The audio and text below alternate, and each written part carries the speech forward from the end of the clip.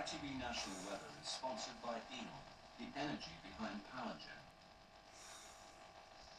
Hello, good evening. It was dry for most of us today. It will be dry for most of us tomorrow too. Still a little bit of patchy rain or drizzle way up in the far northwest. And for England and Wales, not just dry, but quite bright. But only after a frosty and foggy start. Some of that fog will be quite dense in places. It's going to form overnight tonight, and it will be still there well into the day tomorrow, causing problems for some drivers, I fear.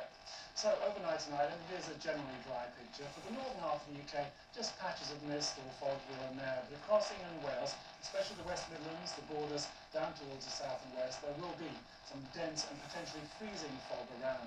It's going to be a cold night everywhere. In the north and west, temperatures are not too bad. You've got fairly mild air there. But in central and eastern parts, you can see the cold colours on the chart there showing where the frost will be, down typically around -2, one or two places even lower than that. So a widespread frost. You'll be scraping the windscreen on the car in the morning before you set off into the fog. So tomorrow then, a misty and foggy start for many. Up in the north and west, there's lots of cloud, but only odd spots of light rain. And then across England and Wales, the fog will thin out slowly. One or two places, like today, may stay in the fog patches right through the day. They will be the exception for most. After a foggy start, it should brighten up. Sunny spells doing their best to lift temperatures, but only around 6 or 7 for most of us. It is milder up in the north and west.